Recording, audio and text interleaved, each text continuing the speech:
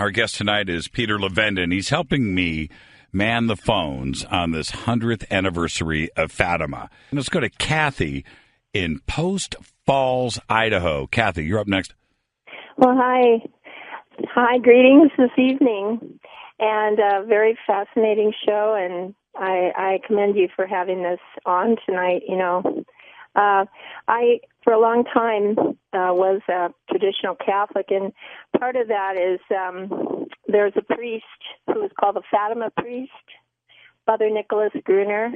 I don't know if you've ever heard of him or not, but he only passed away about 2 years ago, and for 40 years he proclaimed the Fatima story, and basically he was always pushing for what Our Lady apparently asked of the three children, which was that she showed them hell, where the souls of, she said, the poor sinners go, and to save them, God wants to establish in the world devotion to my Immaculate Heart. And this is right from the Fatima Crusader, which was the vehicle of the publication of the Fatima Center out of New York, where Father Nicholas Gruner was for so many years.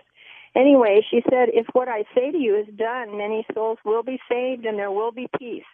The war is going to end. But if people do not cease offending God, a worse one will break out during the reign of Pius XI. Then she goes on to say, to prevent this, I shall come to ask for the consecration of Russia to my Immaculate Heart. Right. And the communion of reparation on the first Saturdays. If my requests are heeded, Russia will be converted and there will be peace. If not, she will spread her errors throughout the world, causing wars, persecutions of the church. The good will be martyred. The Holy Father will have much to suffer. Various nations will be annihilated. In the end, my Immaculate Heart will triumph. The Holy Father will consecrate Russia to me, and she will be converted. That means Russia. Yeah, and Kathy. Peace will be granted. Yeah, Kathy, I'm sorry. I didn't mean to cut you off, but I wanted to jump in and say that what the children didn't know about Peter was the 1917 revolution, Stalin coming into power, and the repression of religion that followed after that in Russia, which was the exact opposite of what the secret and prophecy was all about, right? Well, the children didn't know. The children didn't know, right. It hadn't happened yet. I mean, the Russian Revolution wouldn't happen until after October 13th, right, in November. So, I mean, it was leading up to that. There was all sorts of turmoil in Russia, obviously leading up to the Russian Revolution, but they didn't know that. They didn't have a clue about that. They didn't know what Russia was when they first heard the word. So this was information they were getting somehow and was being, transmitted somehow by the children to the church and from the church to the people through several different intermediaries. So, yeah, all of that is fine, but we're at a stage now where it's done, right? Communism is gone out of Russia. Yeah, that's the trippy part about all of this. It went full circle. Yes, yeah, it went full circle. Obviously, they didn't have any idea about what was about to happen in Russia. It did. The church was suppressed all the way through 1990. Communism ended. The wall came down. The church came back, and it has indeed gone full circle. Is that the prophecy coming to pass or not? Well, it would seem if our understanding of the third prophecy and our understanding of what the Lady of Fatima was telling the children all this time, it was always focused on Russia. Right. Then we have to assume the third prophecy must be intimately connected with Russia, the third secret, right? Which is the assassination of a pope and all of these other people and all of this bloodshed. If so, then it's been inverted. Russia is no longer a communist country. In fact, just the opposite. It's now a very, Russian Orthodox country. It's a very religious country from that perspective. We can go into that. It's a whole other show. It is, and very capitalistic, I might add. Yeah, sure, absolutely. we can talk about Russian philosophy and Alexander Dugin and all this other stuff that's been going around, and sort of a rise of neo-paganism as well in Russia. But at the moment, what we have is, a Russian Orthodox country, a very nationalistic one, actually, right, and very pro-Orthodox. So in that case, Fatima's over, right? If you look at it from that point of view, okay, we're done here. Yeah, it's very interesting. Very, very interesting. Bill, you're up next. Yes, hi, Jimmy. Yes, hi, Peter. I'm an atheist myself, and a scientific-minded atheist, and I have a thought regarding Fatima, Fatima and UFOs and religion. I think you're wrong, Jimmy, when you equated UFOs with religion as if it's the same thing. I think it all goes back to UFOs and aliens. I'll explain. What you would call religious or spiritual really goes back to the aliens, and I would call it not religious, not spiritual, but interdimensional. In fact, a better term, interuniversal or intercosmos. Let me explain.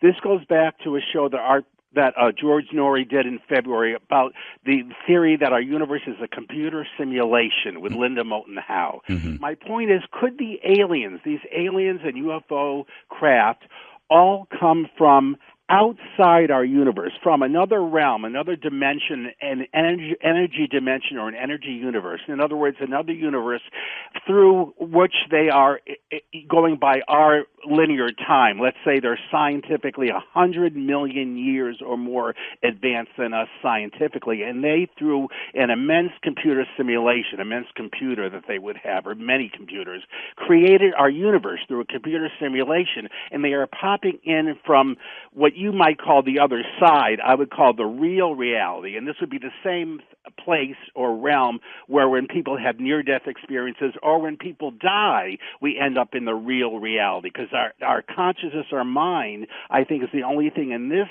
simulated universe that is real, and that is why quantum mechanics says, and is correct when it says that things that are observed through our eyes and our mind, there's an effect, in other words, between the observer and the observed.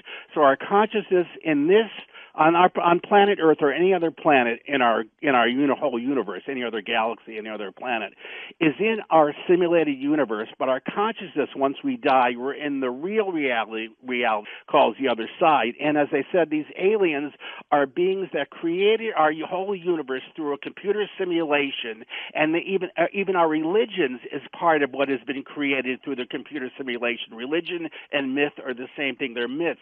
We have to look at science and the scientific method. So, Bill, I get all of that. So let me ask you this.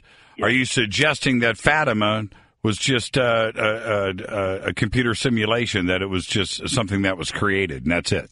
I'm saying even more than that. Fatima is just sort of weird and hard to understand, just like modern-day 1980s, 1990s, 21st century UFO experiences are kind of hard, like the one in Africa in the early 1990s that was on the show Sightings, where a spacecraft came down and talked to a set of 50 or 100 children, I think it was Nigeria, and told them that they had to be great with the environment, environmental disasters in the future. That's very analogous to what happened at Fatima with these three children then. So I'm saying it all goes back to alien beings that created our universe through a computer simulation, and they're popping into our universe to tinker with the simulation, to tinker with our universe that they created. Yeah, Bill.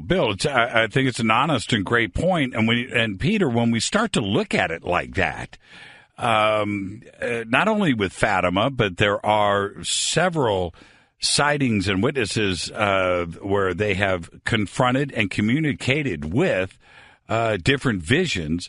Could it just be that, something that was created by something advanced and off-planet just to communicate with us, like a TV, like a hologram?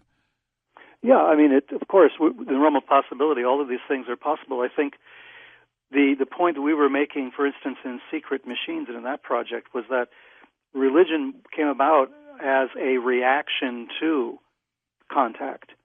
This was our way of trying to struggle and understand what had just happened, what this actually meant. Religion began in civilizations where there was no demarcation between religion and science, or religion and anything else. I mean, nobody said, if you lived in ancient Egypt, I belong to the Egyptian religion. Right. It just didn't work that way. Right, You were an right. Egyptian, therefore we made certain assumptions, right?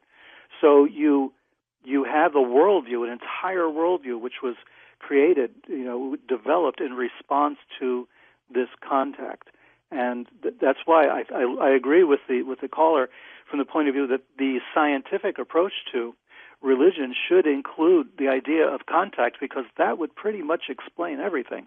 All the problems that atheists have with religion would be kind of cleared up if they were to realize that there is a scientific basis for it, and it was in contact. That's the scientific basis for it. Yeah, I don't think there's any question, is there, Peter, that the Vatican knows more about not only the question of contact and what is going on out there with alien life, but they're not telling us, and that certainly would confuse, one of the biggest corporations in the world, right, which is the Catholic Church. Lenny, you're up next. Like the president, yeah. I encourage my children to write down their dreams. I've been writing down my dreams since I was in 1980.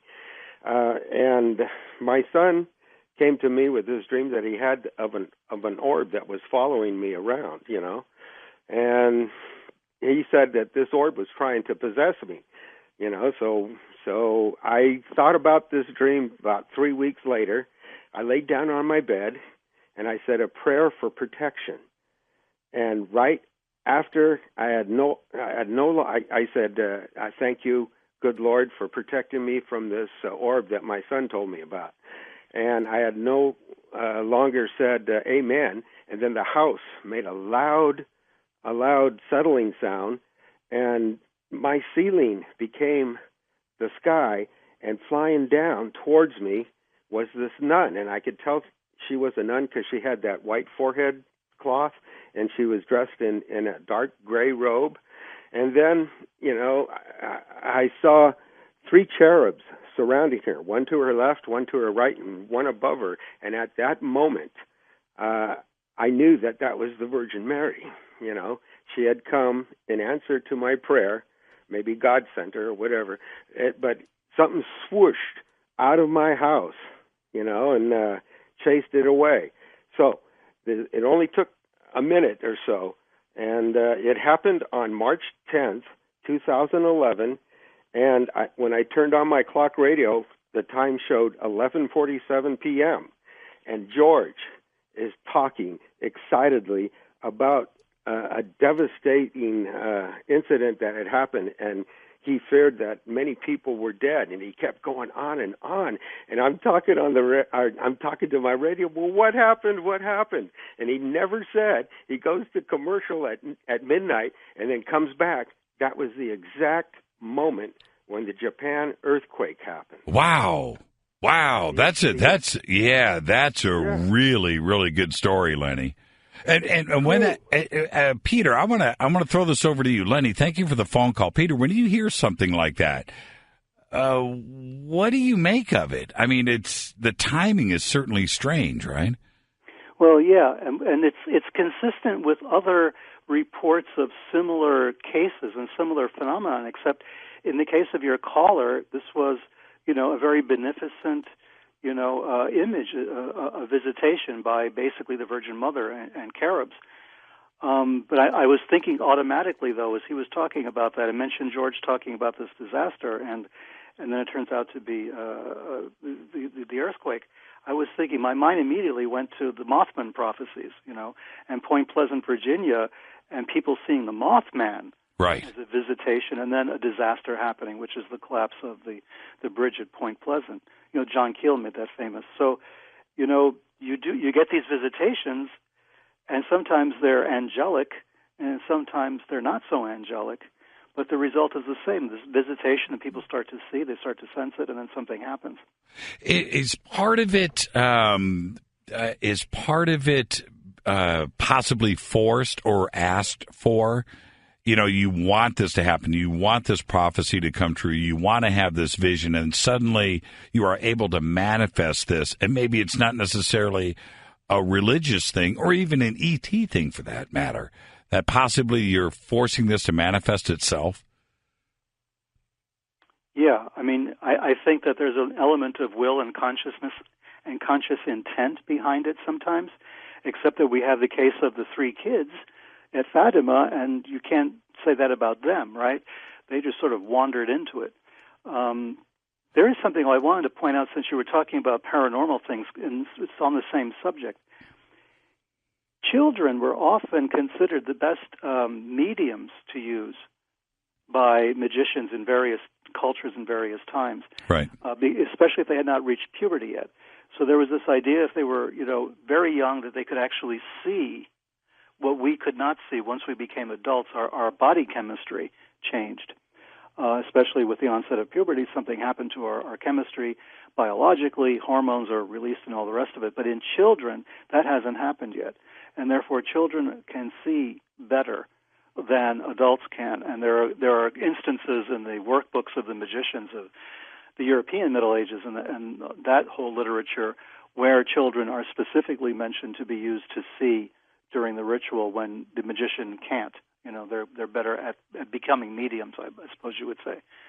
And also we find children who have reached puberty being associated with poltergeist activity, right? That's become kind of a thing. People around 13, 14 years old, around that time, the poltergeist activity will happen in a house where you have someone of that age living there. They think there may be some sort of weird chemical or electromagnetic thing that's happening that we don't quite understand yet.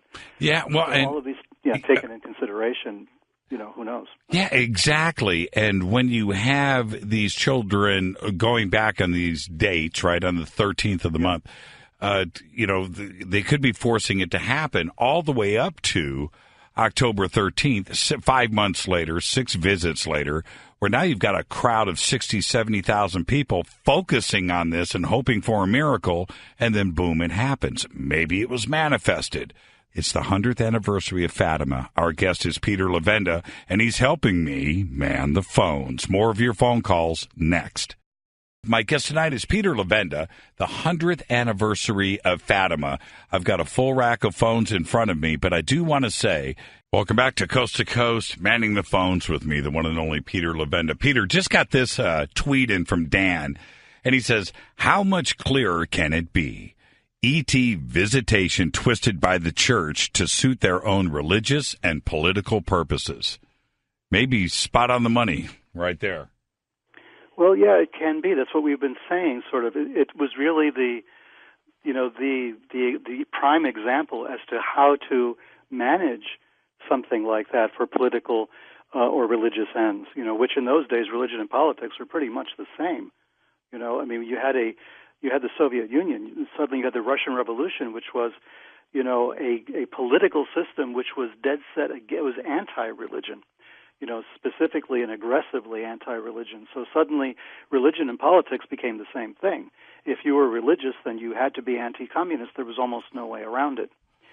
So when you have something like this visitation, it could be weaponized, as I say, exactly for those types of uses.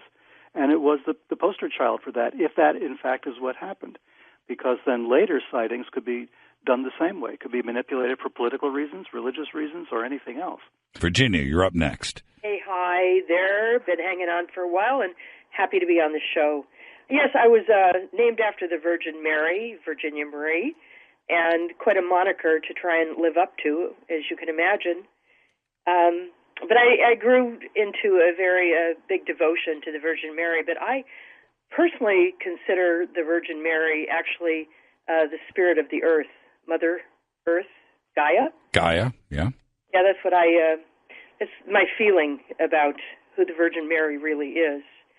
And, Isis, she's been throughout history revered, but by different names.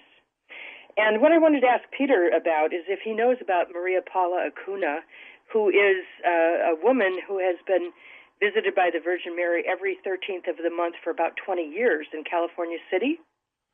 And I went down, I learned about her on a television show, I can't remember the name, but because of that I thought, wow, here we have, Virgin Mary appearing every 13th of the month, and people don't know about it. And I went and had some very metaphysical experiences there.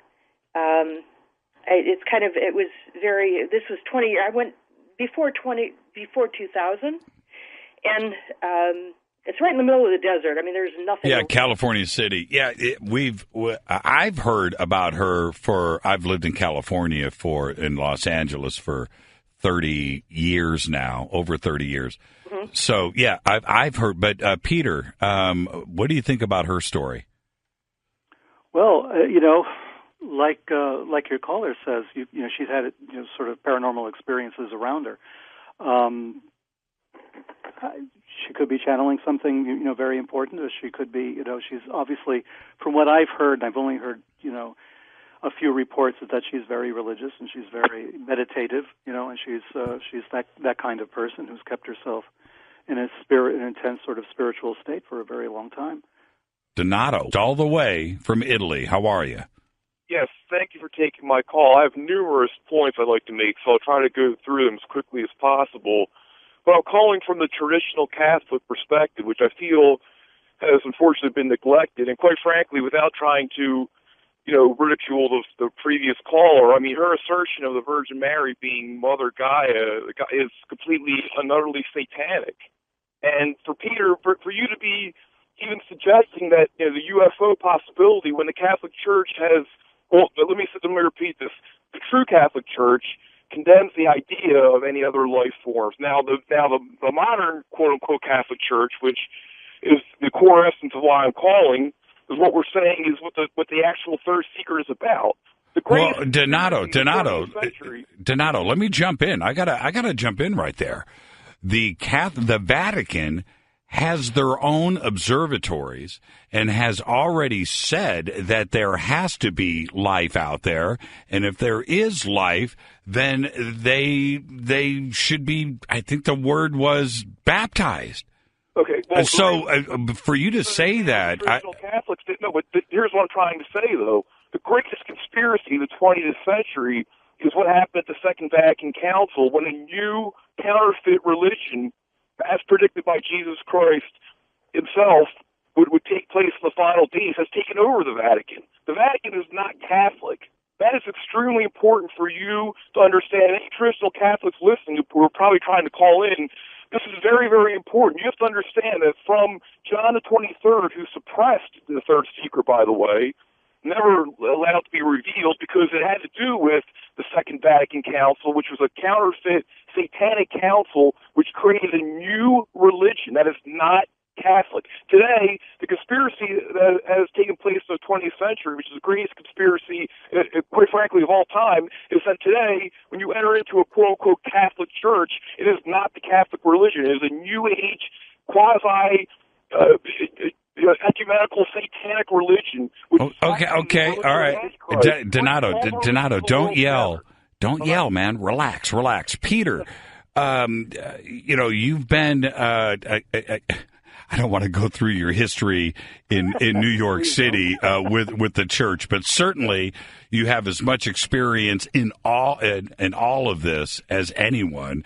Did any of the secrets or prophecies speak about what Donato is bringing up here? Okay, Donato is speaking from, if I may be so bold as to suggest it, from the point of view of what we know as a sede vacantist. Sede vacantist means empty chair. They believe that since the Second Vatican Council, there's been no legitimate pope running the church, and the church has become illegitimate. Right. So he's not presenting the mainstream Catholic point of view right now.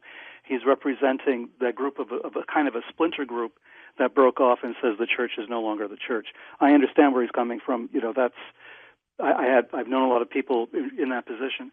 So what he's talking about is really a conspiracy. He believes that John the 23rd was sort of responsible for destroying the Catholic Church, basically, and there's been no real pope in charge since that time. The chair is empty. The chair of the throne of St. Peter is empty. Right. Right. Chair. So that gives rise to a whole bunch of other conspiracy theories, including the theory that the third secret of Fatima has been withheld or doctored or something by the post-Vatican II church. So that's that itself is a conspiracy theory, right? So that's their theory. My point of view is it doesn't have to have been you don't have to believe in in that particular brand of Roman Catholicism to think that maybe something was doctored with the third secret. I think you can take the third secret and say the current church manipulated it, or just as easily as the other church could have manipulated it. I mean, whatever version of the Catholic Church you're talking about doesn't mean that any one of them has given us the whole truth on what the third secret is, or the correct interpretation of it, for that matter. Yeah, it's very interesting, and like I keep trying to drive this home. It's so easy to tie in these secrets and these prophecies to your own agenda and to your own paradigm. It's very easy because they are general and open-ended. And I could tie it into a few things myself that would have nothing to do with the church. Let's go to Mike in Canby, Oregon. Mike, you're up next. How are you guys doing? Say, the thing, my main complaint of this conversation is the simple fact that when your guest was saying that this could go whoever got a hold of it first manipulated it to however they wanted, but the Catholic Church does not. If it gets a hold of something, it allows everything else to run its course before it really even investigates it as a miracle or something of this nature. And I'm sure he knows that, being a Catholic. Well, didn't we already mentioned that like 3 or 4 times on the show tonight, Mike? Well, I'm sorry, I didn't hear that. All I saw was or heard him saying was the simple fact that he was that whoever got a hold of it first, whether it would be political or whatever, runs with it however they want. But the Catholic Church just doesn't run with it. The Catholic Church has to investigate this, and it took a considerable length of time. And another thing was the children during this time when there were 70,000 witnesses to this were being tested. They were poked with pins. They were prodded, and they did not come out of their trance. It's not like this was just a hoax that and I bring that up because a lot of people say, oh, it was just a big hoax. But no, those children were, you show me a 7-year-old kid that's going to get poked with a pin and is not going to react. Yeah, I didn't even know about that. Thank you for the phone call, Mike. Were they actually poked with pins, Peter? This is the first time I'm hearing that version of what happened. Don't know. But I think to his other point, we're talking about 1917 in a very charged atmosphere where the church was being actually persecuted in Portugal and suppressed. Right. I think that generally speaking, what he says is true when it comes, especially in the modern era. Something happens, something that could be a miracle. The church kind of takes a very long view, and they wait and they see, what evidence is produced and who does what. But 70,000 people watching the sun spin around forced the church to make some decisions, right? Especially under the circumstances where the church was being suppressed actively in that country. And here was an opportunity for them to kind of carve out some safe space for themselves, and to use this for their own advantage. The church is also very political. And in those days, the church found themselves possibly losing everything, with Portugal and Spain both suppressing the church, Mexico doing the same thing at the same time, and then Russia. It looked like the church was under complete siege. So I think that, the normal course of events might have been suspended in the case of Fatima. Let's go to, I'm excited about this phone call. When I say west, we're going west and way north to David in Fairbanks, Alaska. David, you're up next. Well, hi, and I'm thank you for taking my call, and I think this is a great conversation. I'll make it real quick. I have a comment and I think a question. It's kind of 2 questions, but a comment and a question. I'll make it quick, I promise. First, I want to say Happy Mother's Day to my mother, Carrie Juergens, who's in North Pole, Alaska, who loves the show and listens every night. So happy Mother's Day, Mom. Love you. All right. So here's my, first I want to make a comment.